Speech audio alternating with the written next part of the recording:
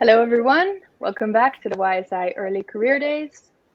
Our next session is the last one for today, and it's called How to Build a Feminist Career in Academia. So I'm sure I'm not the only one that's excited about this one. And it's organized by our friends from IAFFE, the International Association for Feminist Economics. And I just want to mention, we're very grateful to have them because IAFFE has been a longstanding partner of YSI. In particular for the Gender and Economics Working Group, they have really been a fruitful connection. We're always there for their annual conferences, and we're really excited to be building on that relationship more. So I'm particularly thankful to the two women who have organized this session and are here with us on the call. Their names are Noelia Mendez Santolaria. She's an assistant professor at the University of Buenos Aires. And we have Yazgi Genc, research fellow at the University of Utah. They have invited an incredible set of speakers for you today. So I'm going to get out of the way and I'll just hand the floor over to Yazgi and Noelia to get started. Thank you so much for being here. Well, thank you, Heske, for that introduction and for making this collaboration between YSI and IAFFE possible. It's a pleasure for us to be here doing this event because it has been created specifically for the needs of young scholars and early career scholars, but of course open to anyone at any stage of their career. As you mentioned, my name is Noelia Mendez Santolaria, and I am a IAFFE member and a feminist economist from Argentina. And on behalf of the online committee and the Young Scholars Committee of IAFFE, it is my pleasure to welcome you to the second IAFFE Academy event on building a career as a feminist scholar. I said second event as this event is part of a series of events we are doing and to cover all aspects of career building to support informed choices and success for our members. Each event presents a panel of experts sharing their career journeys in a different sector from NGOs to government and academia. Today's event is hosting two brilliant feminist scholars from academia.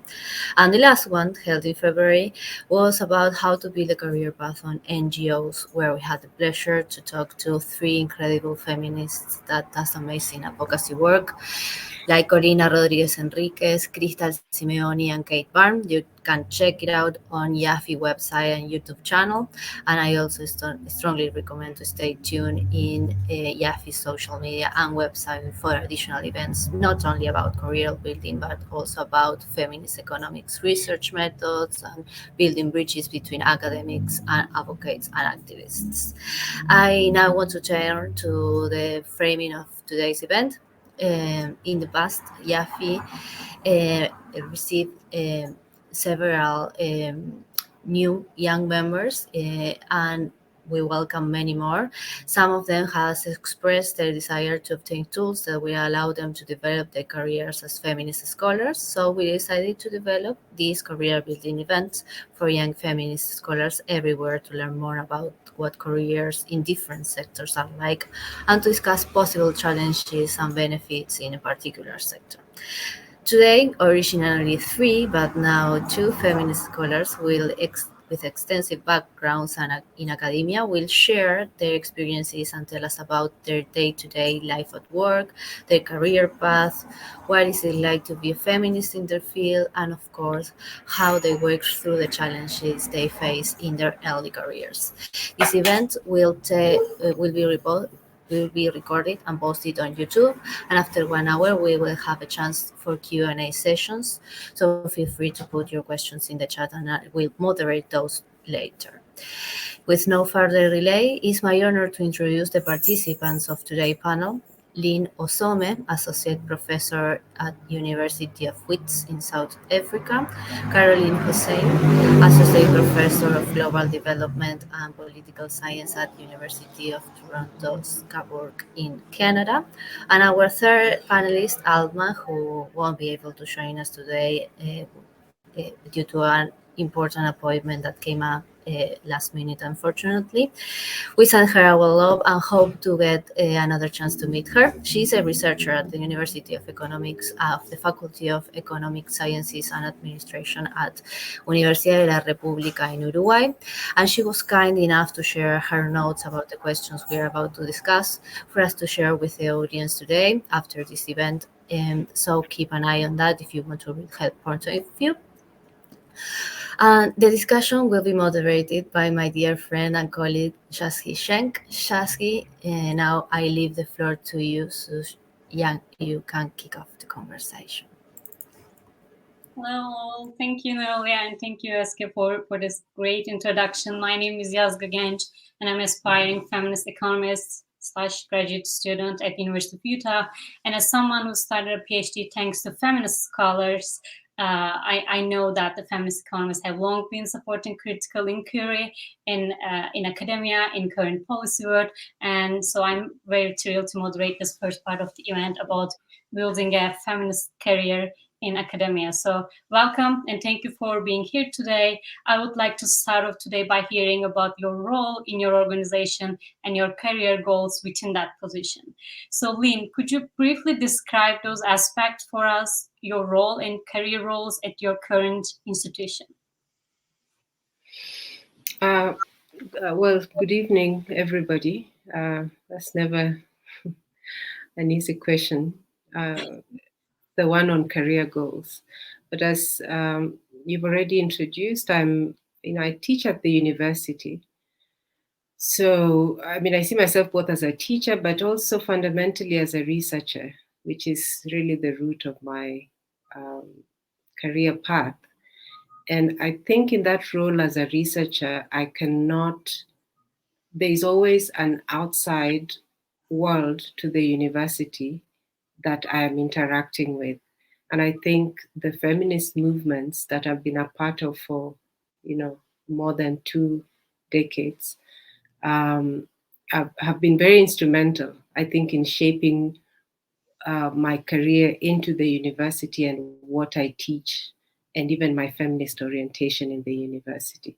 So I teach both undergraduate and graduate courses. I think of the classroom very much as a space of debate, a space of inquiry, and I think what I see as my biggest role in teaching in that sense is always to get students to a place where they're really thinking critically about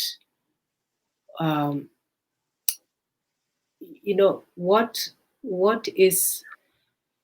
It's not just my purpose, so it's not just my goal.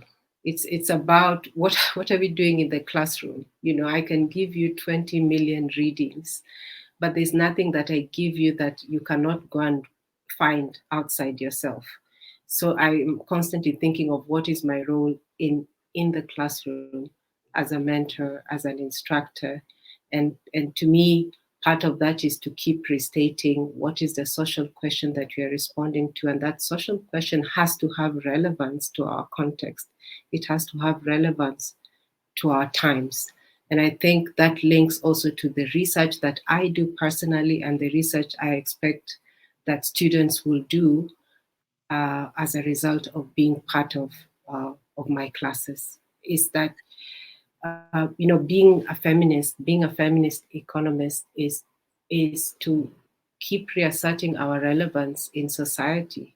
We are coming from a long history of erasure as feminist economists, and to step into the classroom with that, it's always a burden.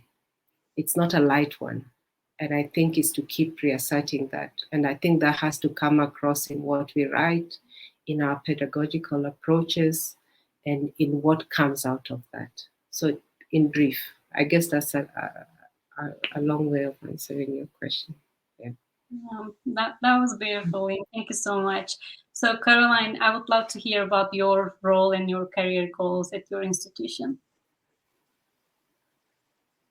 So you're muted. So you need to unmute yourself. Yep. Here you go. Yes. Hi, everyone. I wanted to say thank you and greetings to everyone in the room. Thank you, Noelia and Yangtze and INET and IAFFE for organizing this event where I can be sharing the stage with my really good colleague and friend, Professor Ossome. So thank you for this. I'm with the University of Toronto, who sits on unceded territory of Indigenous people of Canada, the Huron-Wendat, the Seneca, and the Mississaugas of the Credit River. And I like to give praise and thanks to the Indigenous people's lands that is unceded, but they let us live, work, and play on it. So I like to make that acknowledgement where we sit. So I am, as mentioned, an associate tenured professor at the University of Toronto.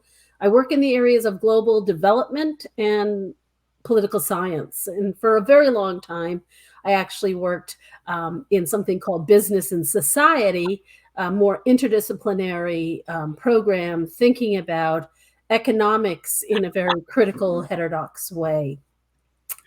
And I think that much of what my colleague, Dr. Ossome, spoke to in terms of looking at pedagogy as an activist tool in the classroom is part of what I do. I'm a researcher by heart, and that's sort of where my passion lies, is sort of shining a light where there is none on the ways in which women, feminists, and other excluded minorities are left out of the conversation when we think about economics and the intersection with politics. So that I'm also writing on the communities that I actually understand and have some sort of lived experience. So for me, an important part of being an academic is actually the kinds of training, like what kind of citizen do I hope my students will become in the future? So like Lyn, I pay a lot of attention to critical thinking so that they're asking the right questions, that they are reading widely. And I'm really in the process of disrupting these canons of literature that often, as Lyn mentioned, rightly so, has erased a feminist perspective. You know, as recent as the other day, I have students at the graduate level questioning why we have feminist theory on a syllabus for development studies, right? I mean, this is kind of the mindset that we're dealing with in 2022. It's still troublemaking or good trouble work to insert a feminist and a critical feminist perspective in the literature for the academy. And so part of that work means, part of my personal goal as an academic, a woman of color in a predominantly white society, is to make sure that the voices of Black, Indigenous, and racialized people, and particularly feminist economists, are being understood and being read, so that we actually understand and get closer to some of the issues that are affecting, which are really complicated issues, and that I don't think one discipline alone will be able to unravel these complex issues. So I hope that that's what I'm doing. So some of the work that I work on is looking at informal institutions, something that in my part of the world, there's very little regard for. And that's where a lot of minorities, people of color, excluded minorities, and women tend to congregate. And so trying to find a way to, I guess, acknowledge that knowledge making is really, I guess, my life's goal. And that's the reason why I tolerate some of the harms that are being done in the academy, because I think that there is space as feminist economists to do this work. And there's lots of room for us to start entering the academy and making a space for these ideas. Oh, that was really nice. We are young, as young scholars, we are really lucky to have you two in academia. I'm so glad. Yes. Sure. So, as you know, this is a career development event. So, we would like to know what you consider to be the benefits or the potential drawbacks or challenges of working in this sector. So, Caroline, again, I would like to start with you. So, would you like to go first and then name one aspect you find great and one you find challenging of your job? So, it could be in terms of work hours, working conditions, and professional and personal life balance, or anything else that comes to your mind. So I'm going to start. I'm a Black feminist political economist living in Canada, Toronto, Canada.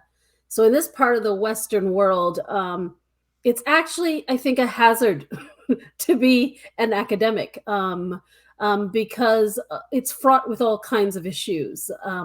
We are made to feel like we don't belong, that we are a mistake, that somehow we stumbled into the academy. And I think that that's the experience that many feminists will experience worldwide.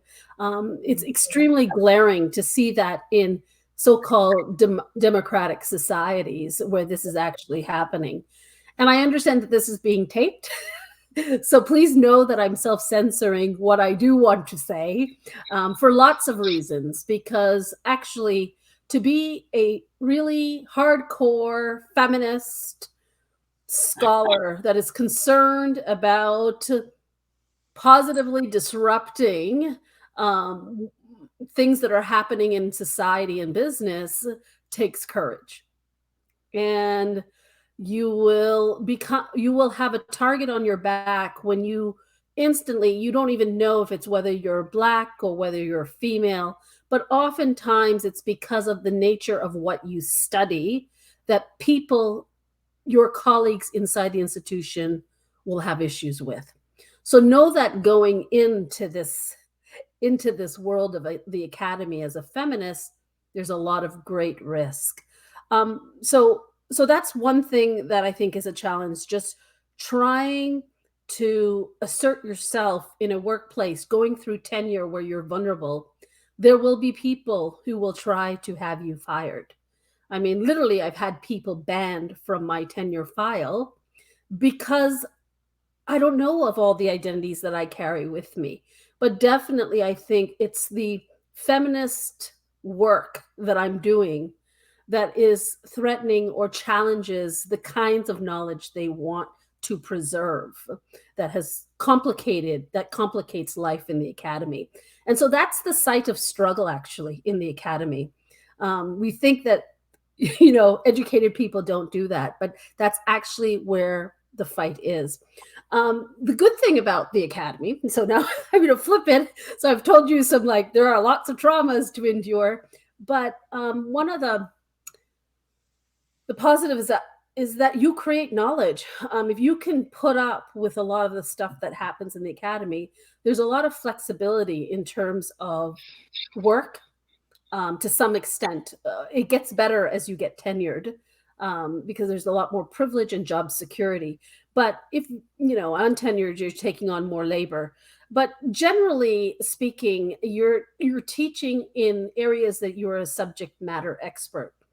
And I think that is a really amazing part of the job, to have an opportunity where you get paid as an intellectual to share your knowledge and to train a younger generation about really interesting topics that they've never heard about. So that I take that with great privilege as something that's a real positive. And built into that is some flexibility with that too, right? You get to travel, you get to think through the kinds of works you're doing, but with that privilege and, I guess, opportunity comes some job hazards, right? Like some things that you have to bear, mostly within inside the academy, sometimes the public as well, but generally depending on how risky your research is, will sort of determine what kind of risks you're actually enduring as an academic. So there are some real risks, and I just wanted to be clear.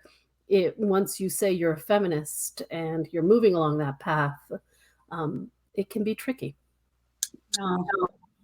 Thank you. So, do you agree with Caroline? So what can you tell us about this based on your experience? Yeah, you must have seen me nodding furiously when Carol was talking about the downside. I mean, I think there is both, um, it's both a blessing and a curse to have the vantage point, or to understand the world from the vantage point of a feminist economist or a feminist political economist, because you really see the damage and the violence being done to you in real time. And sometimes, there's, remember, the university can be it's a very bureaucratic space, but it's also a very phallic space. It's also a very patriarchal space. It's just not a space that was meant for women to thrive in. We are literally, and this is how many hundreds of years later, still making space. So I think that's been the biggest battle. You're kind of battling these things every day. The urge for everyone to appropriate your time and your labor and your intellect, just because they can do it. And I think it's worse when people read you as not having responsibilities of care, whether it is related to children. And this is especially relevant for young academics, young scholars, because it's very easy to be read that way.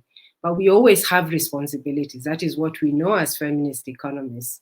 So there's, it's a big struggle, and so you have to be vigilant about that, because it's also a space you're negotiating. You're trying to survive, but you can't be in fighting mode all the time. You have to find you have to find a balance, but be vigilant of these things. In terms of positive, again, I couldn't agree more. I think for me, the academy, I say this as somebody who's worked in civil society, who's been involved, a lot outside of the academy. And, the freedom of thought, the idea that I can just be in a space where I can just think and write what I want. Of course, you have to defend your ideas. I think you always have to defend your ideas. That's the one thing that you learn to do, especially when you're doing your PhD. But even after that, and I talk of the freedom to think cautiously, because you are, of course, working within the constraints of funding. Depending on what kind of funding you're attracting, they might be telling you, don't think, but don't think too much. So be careful about what kind of funding you're attracting. There are departmental policy. There are all these kinds of things. But still, it's a space where you really can flourish, and you really can express yourself in the farthest extents of ways. A lot of times, I find myself more and more recently, reading a lot of the when we go back to canonical texts, most of which have been men in history, as you know. And I think of the kinds of freedom that they gave themselves, or what allowed them to think in these extents and to think over many periods. And I guess we have to be thinking of what doors do we need to be breaking to be creating that kind of knowledge. But apart from that, you also, I found that it's helpful to find breathing spaces outside of the academy.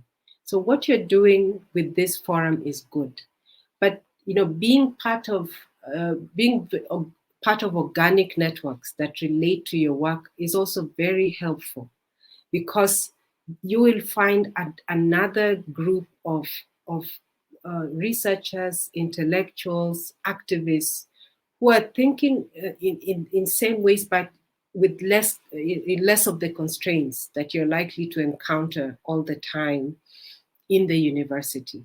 you might still be thinking within the academy. So I personally have found that being part of those networks, thinking with other friends and comrades and colleagues outside have been very important breathing spaces for me.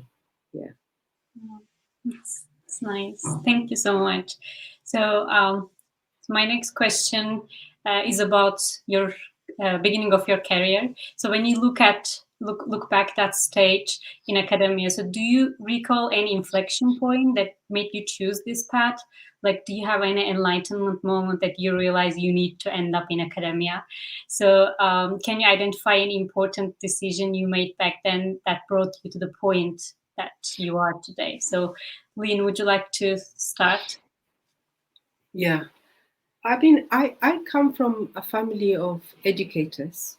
Both my parents are teachers, actually. So I think very early on, I had already an admiration, a great admiration and respect for the profession. Did I know I would get into this? No.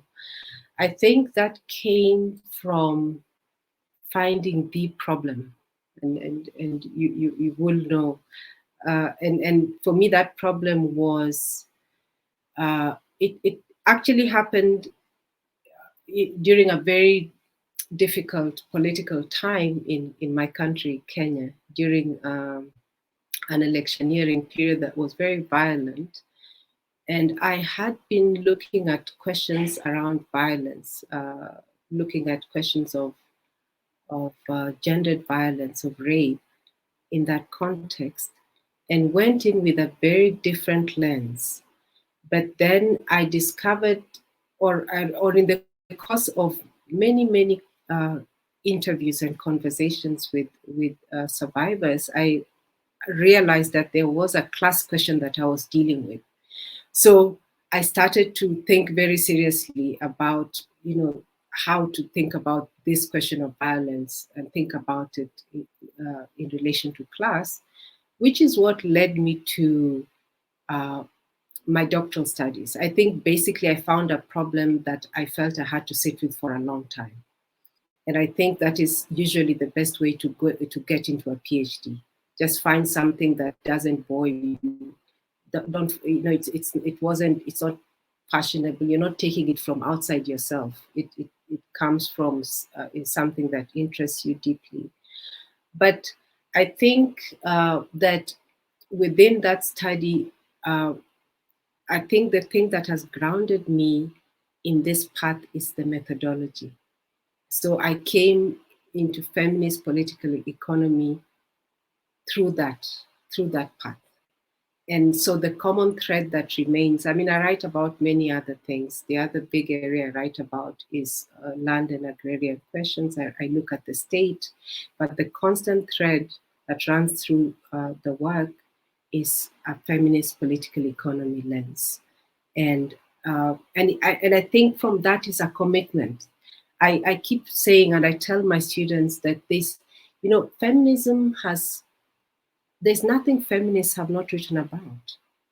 Even if we haven't, you could think of anything in this world, but to bring that feminist lens into the analysis of all other phenomena that keep floating around, I think that is also a political commitment. And I think that is what keeps me grounded in this space of intellectual inquiry, of research, and in collaboration. So I think it was to find the problem and to find, methodology, and to kind of develop a constant thread through my thinking. Thank you. Thanks so much. So Caroline, would you like to add? Yeah, and I think I have a really different sort of pathway of finding my way to the academy. But I really appreciate, Lyn, a lot of your ideas. They resonate with me, particularly finding that problem or issue that you have to be passionate about, and that will drive you because of all the things you have to deal with as a feminist. it better be worth your while and something that you really care about. So my pathway was really what I call a non-traditional pathway. I'm the first in my family to attend any kind of university at any level. As far back as I know, no one before me went to college or university. They barely got out of high school. And people don't imagine that because I live in the western part of the world. But to be honest, that's a truth, actually. That's why we have such great inequalities here. And for me, education was seen as sort of a key or an equalizer to really change the trajectory of my life, actually. So it was a huge opportunity to get to study at the undergrad. And, I remember it being a very isolating experience, particularly as an undergrad and new university student trying to navigate something for the first time. And then I went on to law school because I'm a child of immigrants, and they don't care much about economics or politics, but they do care about law and engineering and medicine. So I had a choice, and I went off to law school in the UK, and it was an abysmal time in my life. I hated that subject matter intensely, and I think it was just not for me. So I went back to do my master's, and it was while I was doing my master's at Cornell, actually, in the US, that I really was taken up with this idea of study and to think that I could possibly have a career in research. But I had to go back and work. Like, it's just having a job was what I was raised to do. Have a job and get money and not be, as my father would say, a perpetual student. You need to get out there and work because there's so many people in my family that I just needed to work and support myself. And so, and to be available to make sure that I was going to be okay. And so I worked for a good 16 years before thinking that, okay, I've had enough of this work. And I worked in international development, and I couldn't, Lyn could probably sympathize, but that whole arena is a hot mess, actually. This idea of expatriates and people going over and delivering expertise was a constant conflict for me. And I felt that I was such a problem in that field. I was working for African-American organizations, so it comforted me to that extent. But in many other ways, I felt that, why are we here? People actually have knowledge and ideas and can figure things out. And so that's when I realized I had to transition myself. There's something, I could do something else in my part of the world that's research oriented, still work in that domain of international development and, feminist political economy, but I can do it from the side of research that could be useful. And so that's how I transitioned, actually, out of full-time, really nice work in the international development arena, but work that I was conflicted with. And then I went as a mature student to the university. So you can imagine all the kind of crazy that comes with that when you're like the old lady in the program. Because everyone in Canada, they start off very young and they go, undergrad, masters, and then here I am, married and, in this program. And so, it was then that I realized that this is what I was supposed to do. I wasn't even convinced while I was doing the PhD. I thought I'd just do it and then work independently. But it was then that I started seeing that there were so many gaps of representation of people not really filling the gaps for feminists or sort of intersectionality, thinking about feminism in very different ways. Even if they were critical thinkers, they just weren't thinking about race and other identities. And so that's the kind of feminist political economy I hope that I'm bringing into both political science and the field of economics. So I think that that's the sort of the roundabout way. If someone had told me, 40 years ago, you're going to be an academic, I would have been like, what's that? Because I virtually knew no one who had gone to university, right? So really interesting how we get to where we do in our life. Thank you. I'm glad that you highlight some challenges and difficulties of being a first generation college graduate. I'm sure that it resonates with many young scholars today. So it's really nice. Thank you so much.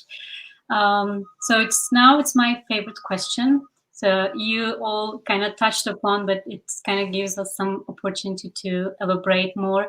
So presenting yourself as a feminist scholar can have some negative connotations for some people, and so affect how one is perceived in their career and even result in backlash. So is that something that has affected your work? So if so, how have you dealt with this? Like, how do you manage to promote a feminist agenda at your work, even with all these drawbacks? So Caroline, would you like to continue? Yeah, and I think we touched on some of this, but I think when you are really out there saying that you're a hardcore feminist, you're a Black feminist, you're an anti-racist feminist, intersectional feminist, you're going to have a target on your back, both within, big F type feminists, liberal feminists, but also even within the progressive left, but also those who are not quite even understanding what feminism is trying to build, right? Of a more inclusive world. And so there's going to be all kinds of frustrations, as Lyn was highlighting as well, that just exist by the virtue of what you want to examine. And I keep saying that you have to have a tactic. As young feminists, particularly, be strategic on when it makes sense to do certain parts of your work. When I was untenured and in a very vulnerable place, meaning that you could lose your job based on politics, not on productivity, you have to take care and understand your context of where you are to understand what do you hold back on. I literally have to decide what work makes sense to do once I'm tenured. Do you understand? Like, because to push that forward now could just complicate job security in some ways. And if that's a real concern for you, then you can do other things that are much more palatable and can get some support. And, it's for each of us to determine what that looks like. But I always say that strategy and thinking through how you move with what you're going to do at various stages in your career is really important, because you can endure some really serious problems and I guess you call it backlash for things that people aren't ready to accept. And you're better for it when you're tenured, because you're going to experience that pain and backlash, but at least you know that you're in a secure position to do that. And I do want to highlight something else that does help to this process of when you want to trouble certain canons or ways of thinking. Lyn mentioned this, but I think you said, find those other spaces, like those other groups of people beyond the academy. And I think that that's been very useful in my career, is that create your collective. I have one called the Diverse Solidarities Economies Collective. And I can't tell you that having a group of women who are also fighting in many different sectors of the academy, to know that we are there supporting one another in our trials, and they're outside, they could be in different countries. Having those collaborative networks gives you kind of the courage to do the work that you're doing. And I think that, and it also in some ways can protect you.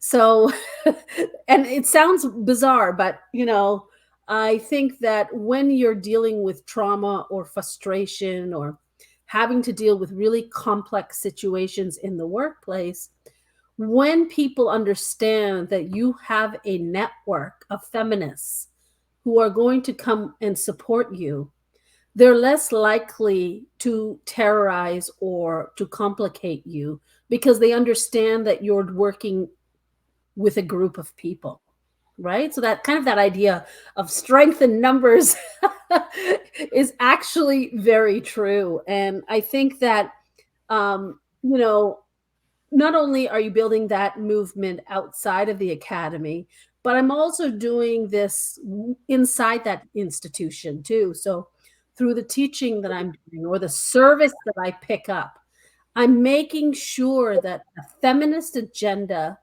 or what I see as a feminist agenda, a more anti-racist, small f feminist agenda, is actually there to promote and ensure that we're really getting the voices of those who are excluded.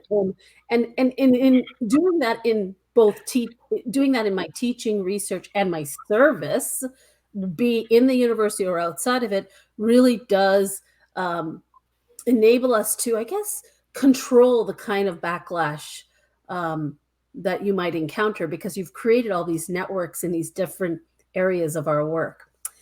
I'll leave it there, and then if people have questions, they can come to us afterwards. Yeah, sure. Thank you so much. That was really beautiful. Lyn, would you like to add? Yeah, so well said, Caro. So I have an anecdote. A couple of about a decade ago, I was teaching a course. This was outside the academy, but still an academic group, one of these workshops. And of course, I stand up and I introduce myself, and I go on and I'm teaching feminist political economy, and we are talking about land and agrarian questions. And at the end of the first day, one of the women who are in this group walks up to me and says she can't believe I actually loudly said in public. It wasn't a big group. There were about 40 people. And she said she can't believe I introduced myself as a feminist. And I think I was shocked, because I think that's the thing. You're so ingrained. We are so ingrained in our world that I think it shocks us that, it's a no-brainer that, and I think I'm, like that a lot.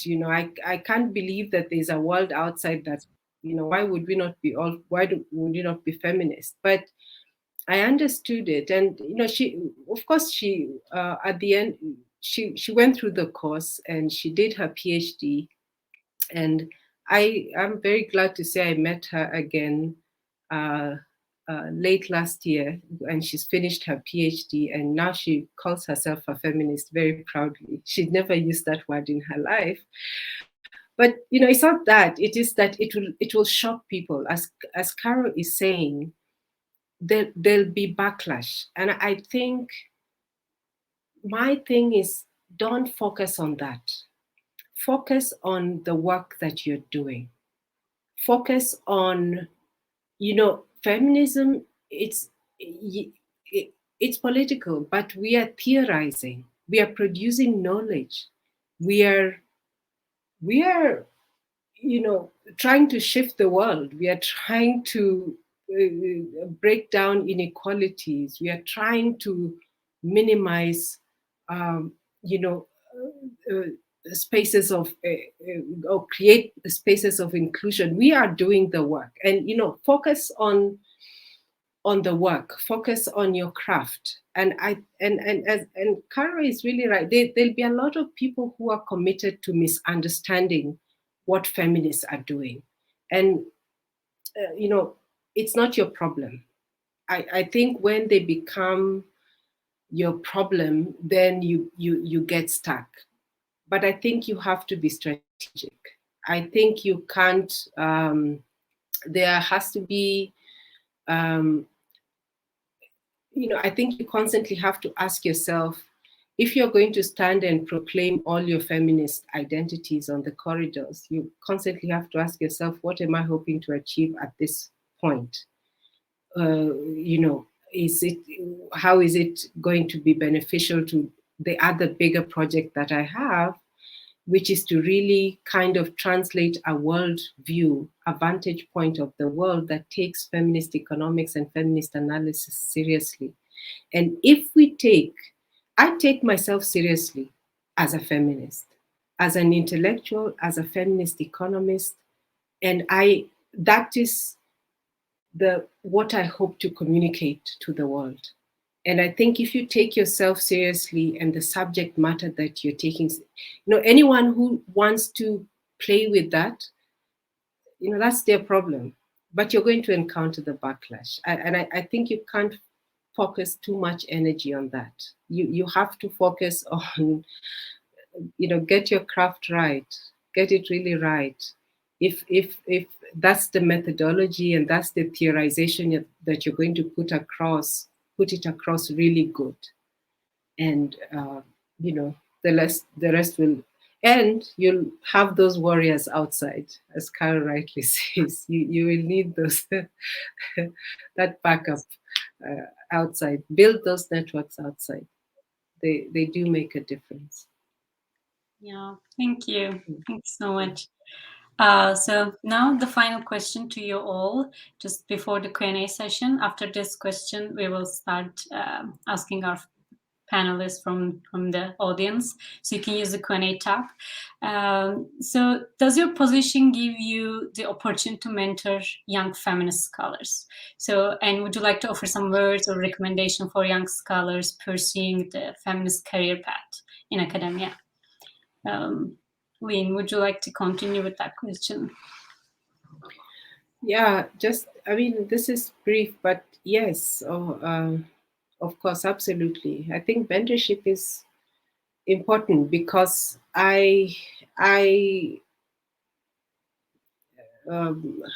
what's the expression? I stand on the back of many feminists, some who literally held my hand, and our work is to pay it forward. And I think we never forget that. And to me, mentorship is not. It's about demonstrating through our work what is possible. It's about deepening those spaces of collaboration. It is about it's about resources also. There's only so much we can talk about, but are we, are the people we are mentoring in spaces where they can actually translate the things that they're trying to do? So mentorship is critical. It happens within the classroom. It happens with scholars that are more junior to me. I don't see a place where it breaks ever in our trajectory as feminists. I think that's the beauty of it. We just need different kinds of mentorship in different parts of our career. Early on, it might be just the horror of surviving a class as a Black woman, or as a, later on it might be surviving beasts in the administration. Later on, it might be surviving the broader world beyond the academy. It is, I think, the thing for me is to seek mentorship is to make a statement about where you are and what your need is. And to step into a space of wanting mentorship it's important to clearly articulate, not just to the person that you're seeking it from, but to yourself, that this is where I am, this is my need. You might be in a group, you might be seeking mentorship as a group, but you're always coming in from different points of need, just the idea of difference. So understanding yourself and what it is you need. I appreciate that. I appreciate when people come to me with clarity rather than just, there can be a lot of vagueness, which leaves room for, you might trust your mentor too much. Don't trust your mentors too much. Trust yourself. I have an aunt who I trust very much who says we trust doctors too much. she's talking of medical doctors, and a lot of times you know your body just as well. So there's that balance. But I think the key advice is know where, at which point you are, whether it is in your career, whether it is a personal goal you are trying to achieve, is it a bigger professional goal, and approach it in that way. Is it a mixture of those two? I think you always get better relations. You build, because some people might be available to you in one way and cannot be available to you in all the expanse of ways that you need. It's very important to understand that. Oh, great advice. Thank you. Caroline, we would love to hear your thoughts about that. Yeah, I think Lyn did an amazing job covering all of that. I do believe that as professors, as feminist professors in political economy, that we have so much opportunity to mentor young feminists, both within our institutions. There are so many young emerging scholars who are coming up, and often they're treated like a joke in their programs because they don't fit the right profile for what it means to be a graduate student. So there's a lot of labor that feminists, women scholars tend to take on to really kind of give them the confidence to become feminist scholars, right? I heard Yancy say that she's an emerging or an aspiring feminist economist. I mean, there are mentors who are there around you to assist you. And I always say, go for several, because people are available to you in very different ways. And having sort of a guru doesn't always work well, but having an assortment of people who can mentor you through your program and what you'd like to do as a feminist academic is really important. I do a lot of, and I'm sure Lyn does too, a lot of shadow advising, which means basically we're often not chosen as the main or principal supervisor. But what feminist scholars do a lot of are behind the scenes mentoring, that thankless, not noticed labor of mentoring and coaching junior scholars.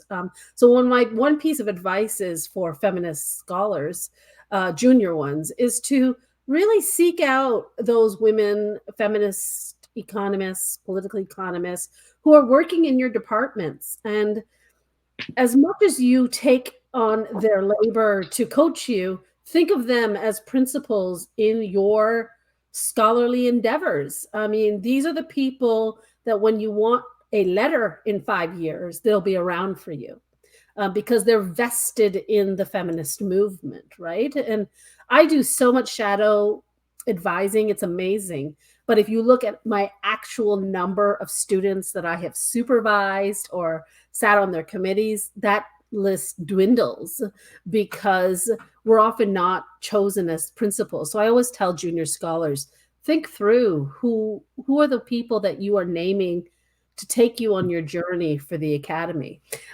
Join IAFFE, join an institution of feminist scholars like IAFFE, who organize this great session, because you'll find lots of mentors and interesting international networks to connect with and to collaborate with. That's my one big piece of advice. I wish someone had told me that early on in my career, is you don't have to attend a certain discipline association to be a successful academic. You can go outside, and if feminist economics IAFFE makes sense for you because it's so interdisciplinary or multidisciplinary, you may have places of communities of support in that kind of gathering. So try to, expand your academic network. Find those feminist scholars in your institutions to give them sort of a more formal role in the kinds of advising that they do, because I do think that will bode you well into the future. But yeah, that's all I have to say in terms of some advice. Thank you so much. I'm also very happy to be a part of the IAFFE Young Scholars in this great initiative, the Young Scholar Initiative. So I strongly encourage people to join IAFFE. There are so many great people out there. So thank you all for this delightful conversation, Lyn and Caroline. So now we will have some time to the questions from audience. So I leave the floor to Noelia to moderate the questions in chat. Okay, well, thank you for that delightful conversation. I got so many highlights, and the audience did too. I like to start with something that Jay pointed out. Take yourself seriously. Amazing advice, he says. And many people responded to that. A particular question from Sensi, I hope I'm pronouncing that right, is: wonderful advice. I would like to ask, when you were just starting out, did you find that people didn't take you seriously, and how did you deal with that? I take my work very seriously, but I find that sometimes people can still be patronizing. So, any of you want to maybe Lyn, that the author of the phrase? I don't mean this. I don't want that phrasing to be misconstrued. I really don't mean it as as a person. As a person, I think you must always just be present in life, because life doesn't allow you to take yourself too seriously all the time. But I think in terms of your craft, when I talk of taking yourself seriously and what you do, is, I think, what are you theorizing? How are you theorizing it? And to me, the big question is a question of relevance. Is and I think this, in this sense, I'm speaking more to scholars of the global South, but just everywhere. How what is the social question that you're dealing with, and how willing are you? Because we are in a profession, we are uh, as Caro pointed out very early on in the talk, feminist economists have, we continue to be siloed. We continue to be siloed in the academy. We are constantly fighting for space. And I think these last 2 years of COVID, for example, it has given us some breathing space, because a lot of what we've been talking about, people are finally coming to the table and saying, these people have been talking about these things for a while, and they're taking them seriously. But are we doing that? I mean, I think you just have to be relentless. You can't pay too much attention to people who think what you're doing just needs to be on the side. You have to be relentless, and there cannot be any going easy about, if I want to write a whole book on the state and my whole lens has to be feminist economics, people take the state very seriously as a subject. People might not take my methodology very seriously. How do I get them to take the state very seriously? By looking at it through this lens. That is what I mean. It is that there is no subject that we can't pick on this earth and not look at it through the lens that we are committed to, and have it discussed with commitment, with the kind of commitment that we hold. Because I assume that many of us in this room are doing this because this is, we choose it. This is the vantage point from which you have chosen to look at the world. I'm not sure if maybe Carol could help out here. Yeah, I think that you're onto something, Lyn, because I do think that this idea of have confidence in what you're trying to do. You always have to defend and provide evidence for the kind of scientific work that you're doing. I often take it, like I study informal institutions, and I have been told I'm tenured. And after being at this game for 10 years, people are constantly asking me if I'm an RA, a research assistant, or if they don't treat me like I am a professor. And a lot of it has to do with the topic that I choose. I choose informality on purpose. And it's not like I'm trying to incite these informal institutions to become formalized, and then they'll be better. No, in fact, I actually appreciate them in their own right. So people, I think, are very confused by my concept of these banker ladies, these informal women who work in hidden spaces. And for me, when I get those kinds of critiques that I'm a joke, it just shows me that I'm actually onto something. I mean, I remember folks telling me that you're imagining that these kinds of informal African inherited collectives actually exist in the Western world.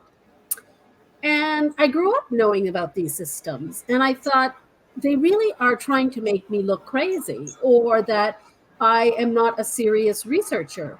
Now, after speaking to hundreds of women who validate these systems, who run these systems and have dozens more behind them, it is providing an opportunity for people to see that these things actually exist. So often when people are critiquing you and thinking you're a joke or dismissing you, it's because your work could be seen as somewhat threatening. And I think that if you're citing those people that are doing that kind of work and have had their work peer reviewed, and you are reading widely, then just keep along your pathway, right? Like just keep along that way, because if you listen to those people, that can be very discouraging. I'm not convinced by those people. In fact, now when they tell me that they don't take me seriously, I'm like, oh, I should follow that line of research because there might be something there.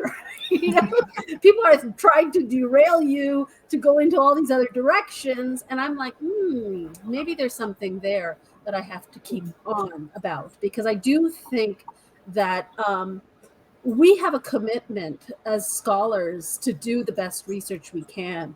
And I do think as feminists, we have to do extra diligence to show that the work that we're doing. So, I don't know how many people submit to the Feminist Economics Journal, but that's in one of these top tier heterodox economics journals. That's very hard to get into because the peer review process is so intense. So I think that, we are doing exceptional research.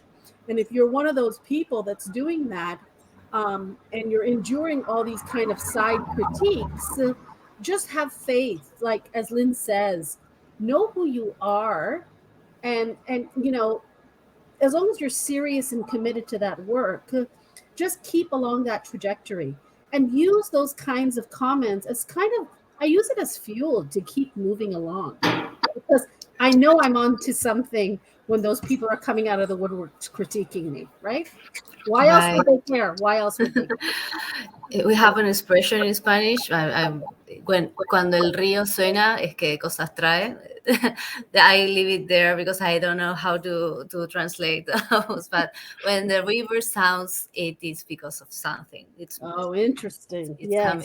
It's coming with something. So I'm going to take you back for the first time of our conversation when we talk about teaching. And Sarah here is asking, what advice could you give to a young female scholar who intends to follow an academic career but doesn't want to pursue a male approach in teaching? I mean, in a context of influencing women to stay in economics and taking bolder steps in the field. Someone wants to go first? Where is that question? I'm not quite following. In the chat, in the on your right. Okay, I see. There you go. Okay. Thank you, Sarah. I'm not sure what a male approach is. Maybe Lyn knows that. Is that, I'm not quite sure what you mean by that. Is the person there to ask the question, or they can't? I don't think they can unmute themselves. But sorry, if you want to elaborate on the mail approach, you can leave it in the chat. Let me Hey. see. I'm inviting Sarah to the stage. Sarah, you Oh, can perfect. turn your camera on Yes. if you want, or leave it off, but we can hear you. Can you hear me? Yes? Yeah.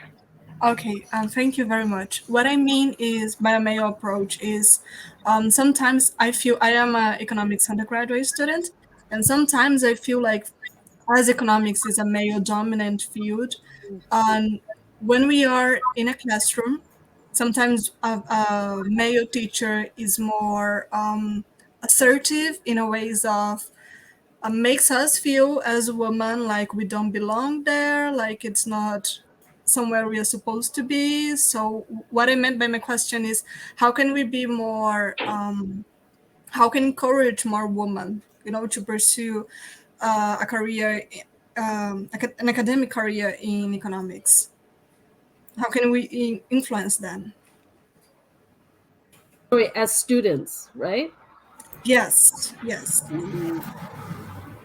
Well, I'll go a bit first, and then Lyn, you're going to have to come in and help me. I'm not about convincing people to join disciplines that are hostile. And look for those disciplines that actually have made an effort to hire women and people of color into their programs, and that are doing a diverse, that are thinking about things like provisioning, things that economics should actually be caring about, issues that of health and education and things that matter to people's daily lives.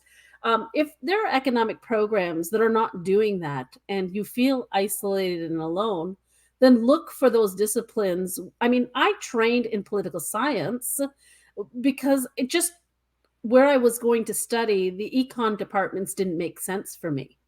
But I did political economy, and there's a lot of overlap with what I'm studying.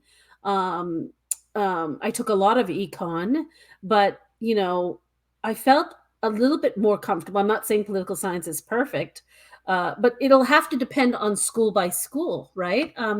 To find out, how can I do economics? And I know that there's a lot of IAFFE members who may have done economics with gender studies, for example, or sociology. A number of people do sociology because there's economic sociology.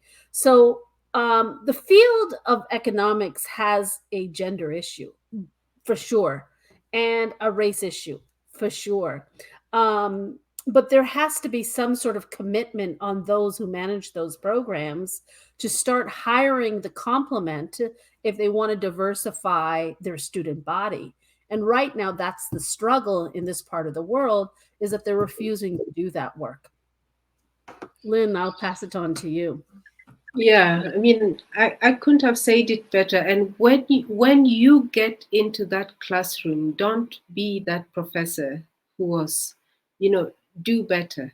I realized, when I started teaching many years ago, that there was this a class where it was a majority of the students were Black, and a small white minority, but the Black students were not speaking up at all, and partly it was it's the education system they've gone through. And I realized it quite late into the semester, and I started to be very deliberate about asking them to speak, giving them the floor. And I think that your experience, sadly, it is the experience of a lot of, I think, people in economics is a hostile field. I imagine political science is fairly hostile, but don't be that person in class. Be deliberate about not just attracting. And feminist economics itself will attract a different cohort of students. You will get more female students. You will get more students of color. You will get more a more diverse group of students. And I think that's just step one. Step two is actually making them feel like they are welcome in that class. And I think that the difficult task will be for you to be very, very deliberate about calling them to the front metaphorically. But don't let a few hostile professors intimidate you out of the profession. Although I agree with Carol, it can be traumatic. There are a lot of people who then finish, and that's what remains with them, and they don't want to go into the academy. But we need you in the academy, and we need you to shift the space. Just don't be the person that your professor was to you in your undergraduate years. Very, very clearly. One last question from Davina. We have 5 more minutes, so the answer might be shorter, but I like her question. She says, if you don't identify as a feminist economist, but more as an interdisciplinary scholar wanting to include plural perspectives, how welcoming are feminist spaces for such people? I ask this because sometimes I feel feminists tend to be more protective of their spaces, and that's very understandable given the hostility they have to face more generally. I like the question because I feel the other way around. I have found so many solidarity between feminist economists, but it may be not always the case. So I love to hear your thoughts. Yeah, Davina, for a long time, I never called myself a feminist because women in my cultural world just didn't use that term, because often feminism was defined as a very sort of privileged white term or concept that women, particularly marginalized and minority or ethnic women in this part of the world, just kind of couldn't identify with that sort of white feminist version or white Western version of feminism that we find so alienating. So for a very long time, I didn't see myself, if I was a much younger me, I'd have been like, no, I'm not a feminist. That doesn't work for me. I don't like what they're doing. But I am. And now I say I'm a hardcore feminist. And I think that most feminists, particularly in IAFFE, and Lyn can speak to that too, it's a huge tent. It's a big tent. I think that Noelia's is also talking about that. She found lots of solidarity. I think that if you're thinking about plurality, I mean, that's what I'm after. And I'm not just after a straight version of feminism. I'm intersectional. So I'm thinking about other identities too. I think I work in parts of the region where I'm dealing with male marginalization. So I'm thinking about men who are being marginalized in certain parts when we do so much incentives for girls' education that we lose our poor marginalized boys. And what does that look like in terms of gender equity and equality? And those are certain contexts. But I think the feminist tent is pretty big. I think that there's room for all of us are thinking about plurality, and that's the key. So I'd say check it out. Check out IAFFE or other sort of feminist groups to see where you fit. Perfect. I don't know, Lyn, if you have any comment on that. Yeah, no, I completely agree. Just feminists come in all, we're in all shades, even under IAFFE. There are very different, sometimes competing viewpoints within the association itself. Just find your group. You don't have to, there's no kind of correct way. I think I believe, in self, it's important to define for yourself what it